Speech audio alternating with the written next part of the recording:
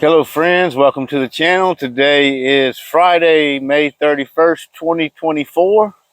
This is the real May 31st. My last video, for whatever reason, which was on May 27th, I said it was May 31st. I don't know what was going through my head. But anyway, this is the real May 31st.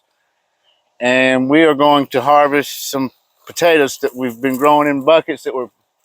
These potatoes were planted on February 4th. So that's been about 116, 117 days. They're planted the same time as the other potatoes we harvested a couple weeks back. Of course, those plants were dying off and ready to harvest way before these. Matter of fact, these two here might even could go a little bit longer, but we're going to go ahead and get them. So I believe we got them in the right order here. I believe those are the red. These are going to be our gold. These are definitely the grocery store russet potatoes, and then these are going to be the grocery store russet potatoes that were just kitchen scraps from when we cut up potatoes for some hash browns. And we're just going to see what the difference is. Those were seed potatoes bought from Tractor Supply, and these came from probably Aldi. But anyway, we'll start down there and just see what we get. So let me go ahead and just grab this bucket. The good thing about growing them in buckets compared to in the ground is all you got to do is dump out the bucket, and so that makes things a whole lot easier. So that's what we'll do. I'm gonna do the buckets one at a time. Probably gonna try to put the soil back in the bucket before I get the other one. But so let's pull out these plants. So these are actually the gold potatoes.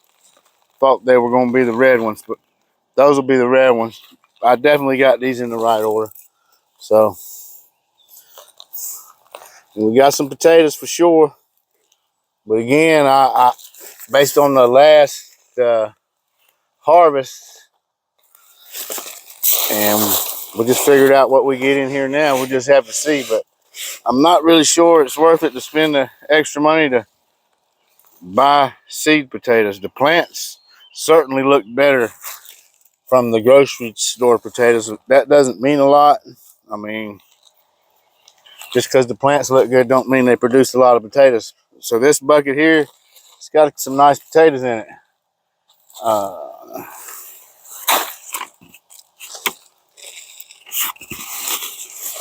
So I think we put two seed potatoes in each bucket. I'm pretty sure.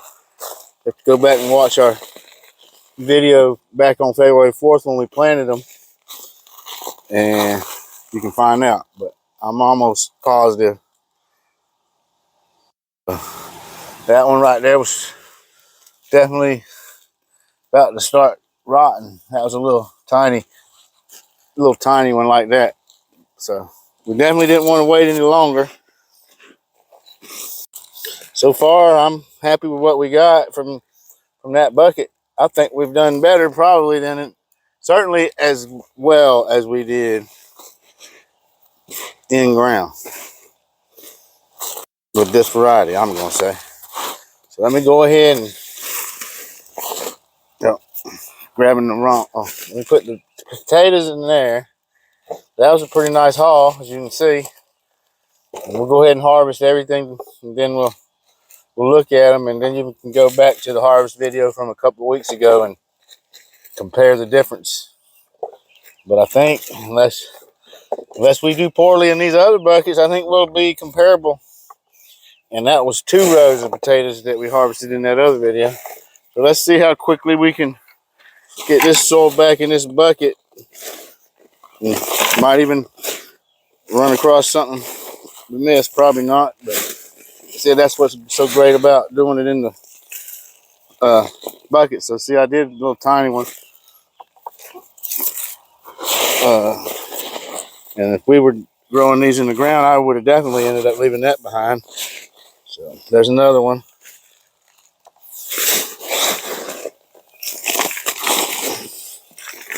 We're gonna go ahead and harvest these potatoes. There's the old rotted up. seed potato there, I believe. Yeah, I don't think there's any more in here, so what we're gonna do is get this up like this. That's kind of the whole idea of putting it on here, was maybe we can just pour it right back in the bucket. I think that worked well. So now, this one bucket down. So on this one should have red potatoes in it. See what we get here.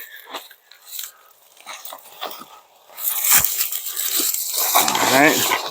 Well, I saw one roll right out from the top. So that's a good sign. Probably should have pulled the plants up first, but that's okay. Look, nice potato. Nice potatoes. So I was already pretty much sold. I was already pretty much sold on the idea that it was easier and at least you could do almost as well growing them in the buckets as you can in the ground, and this has definitely sold me on it.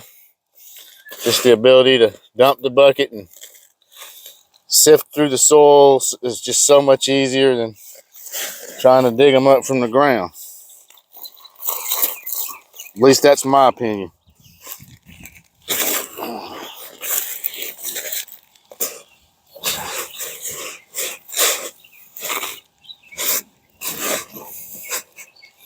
I believe we're getting out more than we put in, so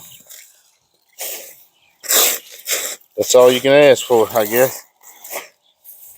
And truth be told, I'm not out here babying these things. I put them in the bucket, and if sometimes they look a little wilty, and I give them some water. Try to water them every so often. Once it started getting hotter, I had to do it a little bit more often, but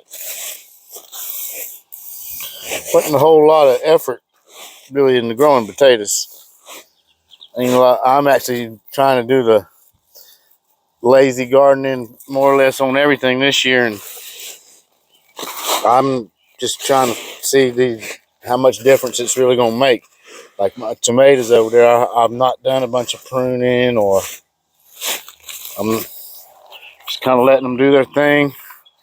And my indeterminates, I'm letting them just grow. I'm not pruning them down to a single lead or anything of that nature. And we're just going to see. I truly think that if you don't end up getting diseases, none of that stuff matters too much. And I'm not sure, even if you do all those things, how much they help. They might help a little bit. I'm sure they help a little bit. But these beds that I'm growing my tomatoes and peppers in, since that soil was brought in, all of it, and it's pretty much all compost. I'm thinking that might be part of the reason why, at least so far. Of course, it could turn the corner overnight, because you'll see in my other smaller raised bed, I did have something going on with that cherry tomato. When we get over there to harvest the onions, you'll see. Even though it's trying to come back a little bit, it has some ripe tomatoes on it right now. But yeah, so between them two buckets, we got a lot of potatoes already. I'm not so sure we won't end up with pretty close to the same amount of potatoes grown and only half as many potatoes in these buckets as opposed to in the ground. So that's kind of interesting, because as you remember, it was 2 rows in ground.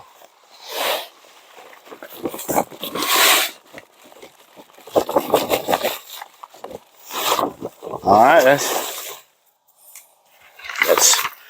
2 of the buckets done. Now let's dump out this one here. Matter of fact, let's pull it from the plant first. As you can see, these plants are actually still alive. I could probably keep them going a little bit longer. Let's just see what comes out. You pull them. So these are some pretty decent potatoes. I ain't so sure that one right there might be the seed potato, even though it's still pretty solid. No, it seems a little too solid. That's a nice potatoes there. And these were our store-bought from the grocery store potatoes. So, like I said, I'm not sure how much paying extra for seed potatoes really pays off. Let's see. There, look at that. Nice potato. Big old potato. The real interesting thing is going to be in this one here, what we end up getting, because we didn't even plant whole potatoes in this one. They were just peels. Now, granted, they were kind of generously peeled so that there was a little extra potato on them, more so than if we were trying to be careful, because I knew I was going to be planting them. But nonetheless, it wasn't whole potatoes. So, and that's a pretty good haul for that bucket. That one right there, yeah. I don't know about that one. Even though it ain't all mushy, I think that may have been our seed potato, to tell you the truth. We'd have to go back and look. I might only put one potato in each bucket. I think I did two. But that bucket had a few ants in it. Let me back these up into the shade. I'm going to put them in the middle so we don't mix them up with the gold ones, because it's a little bit hard to tell them apart from the gold ones. All right. So let me get the soil back in this bucket.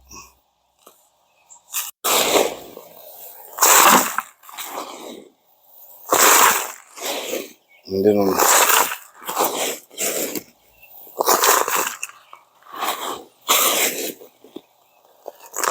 there, this bucket had a few ants in it, so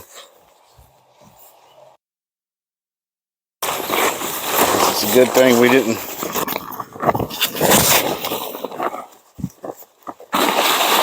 lose our potatoes or something. Come on.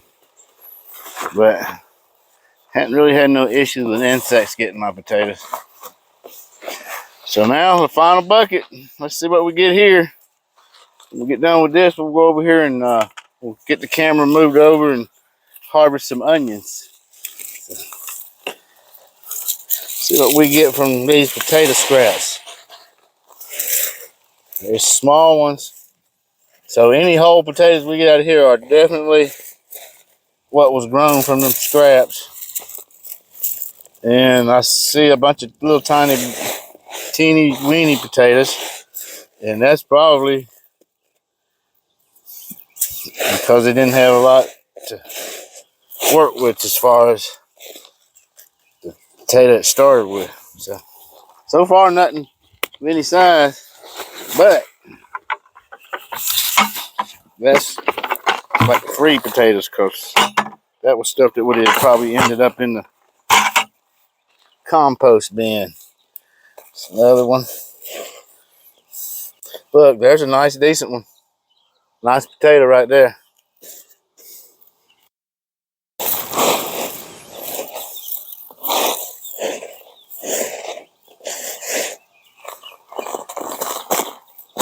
Another nice one.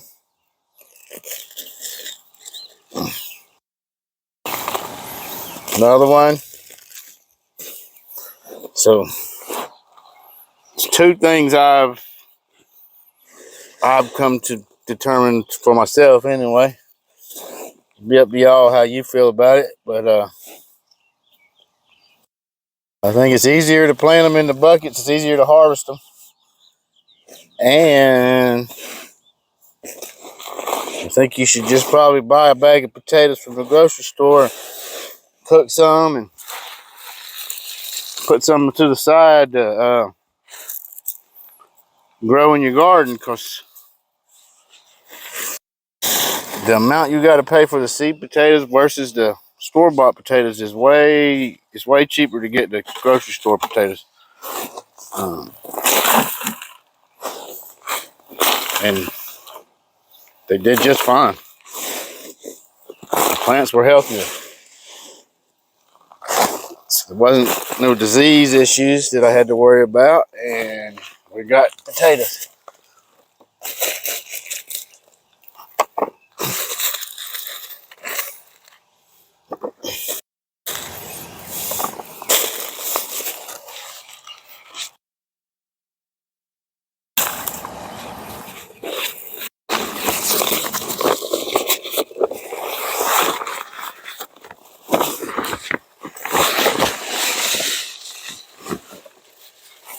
That wasn't even in the original bucket it came from, but that's fine.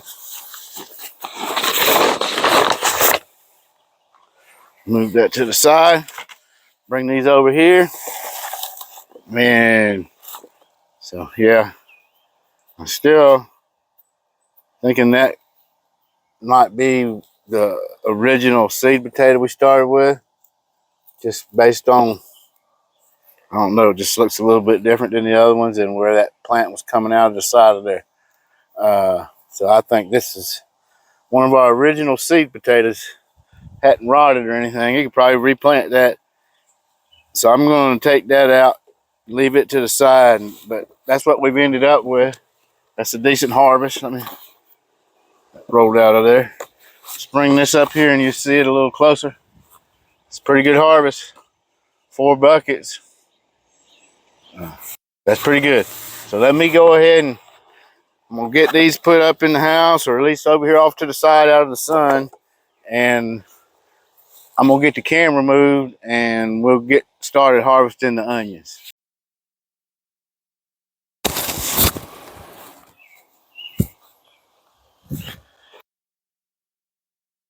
All right, I think that'll work. So to start with, you can see right here, our volunteer cherry tomato is looking rough. Even though some of the newer growth looks like it's trying to make a comeback, all this top growth is gone.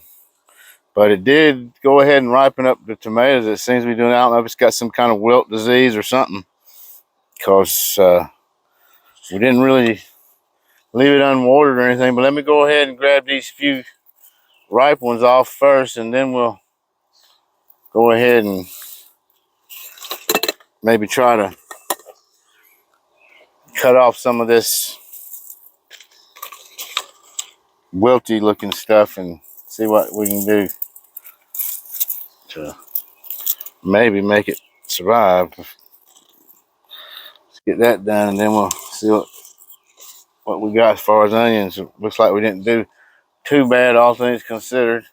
We didn't get the onions planted early, so some were planted from more or less onion sets that were from onions we grew from seed the previous season, and then pulled up, dried them out, and saved them, and then replanted them. And that was just because we never got around to planting them. We only planted some of the ones that first year. So anyway, see a lot of little green tomatoes on here. They probably won't end up ripening because I don't really see any blushing. And these, I believe, are Super Sweet 100, but I don't know for sure because it's a volunteer tomato. But it's a nice little bowl of some of them ripe, some of them green tomatoes. It'll end up looking like there's too many green ones in there because I've stuck them all in there with the right ones, but you saw them up there. So let me just start clipping away. Let's get rid of some of that and some of that, some of that. And we're done. Let's see. I don't think I'm going to take the whole thing out. What I'm going to do is take it back low.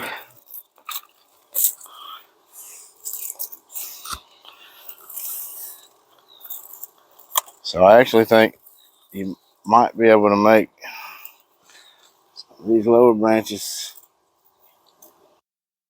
No, you know what I think I'm going to do is I'm just going to cut it all the way back, and we'll just see what happens. I'm not going to pull it up right away.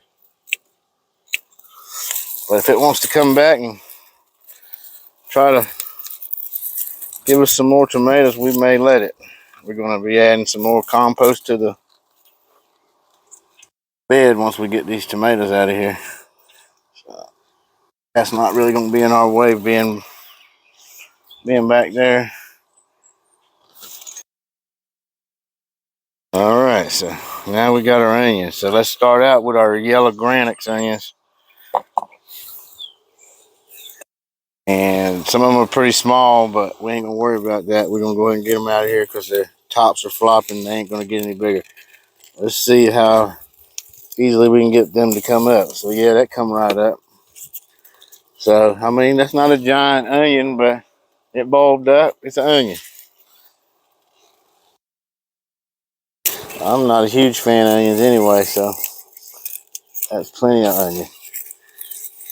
These here are pretty good because they're extra sweet. So now these two are from them sets I had, and that one's kind of misshapen. It was trying to split up into separate bulbs. Like this one over here actually did split up into several separate bulbs, and so that one there.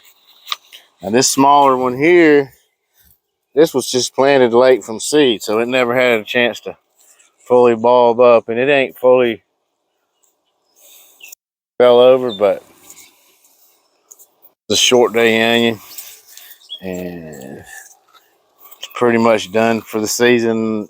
I could probably save that and regrow it as a set next year, but I'm going to try to get started early this year and get my onions seeds planted and try to get my onions in the ground by like no later than December, sometime in December, maybe a little bit earlier. So that's another decent onion. That might even, now this is going to be the biggest of the yellow Granex. The biggest overall would have been the onion we harvested a few days ago on Monday. But these are still usable onions. Go ahead and get that one. I mean, no giants, a couple of decent ones. But they did bulb up. I will say these yellow Granex onions, they seem to bulb up pretty easily. I've grown them a couple years in a row now, and all was able to get some halfway decent onions every time. Like last year, got several that was more like this. Grew them up front with the strawberries. Here, and we're gonna say the biggest Granex for last. So that was one of them sets that, for whatever reason, it split up into these two little tiny pearl onions. Those would actually be perfect for like a jar of pickles. And these as well, same thing. Should have grabbed them a little closer and pulled the tops off, because them green onions are good for these as well. They haven't gotten tough yet, but there's a little bundle of. So that was supposed to have been one onion, because that was one onion set, but for whatever reason, it split up into all these little small ones. 1, 2, 3, 4, 5, 6 onions, little tiny pearl onions. And so now we're going to get this biggest one. This is the biggest of the yellow Granex onions. This is the same type of onion that they grow for the sweet Vidalia onions. And I mean, that's a decent onion. That's the biggest one of the yellow Granex. Now we got a couple more of these white Lisbon onions, and which are supposed to be bunching onions, but for whatever reason, I guess because they've been growing for so long, because I started them last year, they bulbed up for us. Well, at least a couple of them did. Here's my, looking for this. So these are in the ground a little more solid, because these are really intended to be harvested for the green onions. But we're gonna go ahead and get them out of here, and we're gonna start over from scratch. But that's a pretty decent sized onion there. And that one's actually smaller than the one we got before. And this is clearly a stronger onion than those white ones, because I can just smell it. You can smell it. It's clear. Strong onion. And then the other one is kind of small, but this is probably more what you're expecting to get. Maybe even a little smaller, and you're harvesting it mainly for the green onions. You're probably supposed to even get them while they're a little bit younger and more tender, like some of these in the middle here. But anyway, I'm pretty happy with that. Again, this is another one of those crops that don't take a lot of extra work. You just water them and kind of let them do their thing. They do take a while to produce. So let me go ahead and first let's pick this bundle of onions up. So we got some nice big bundle of onions there. A couple of okay ones anyway. I'm gonna go ahead and lay them in the basket here with our potatoes. And at least near them. Here's the potatoes.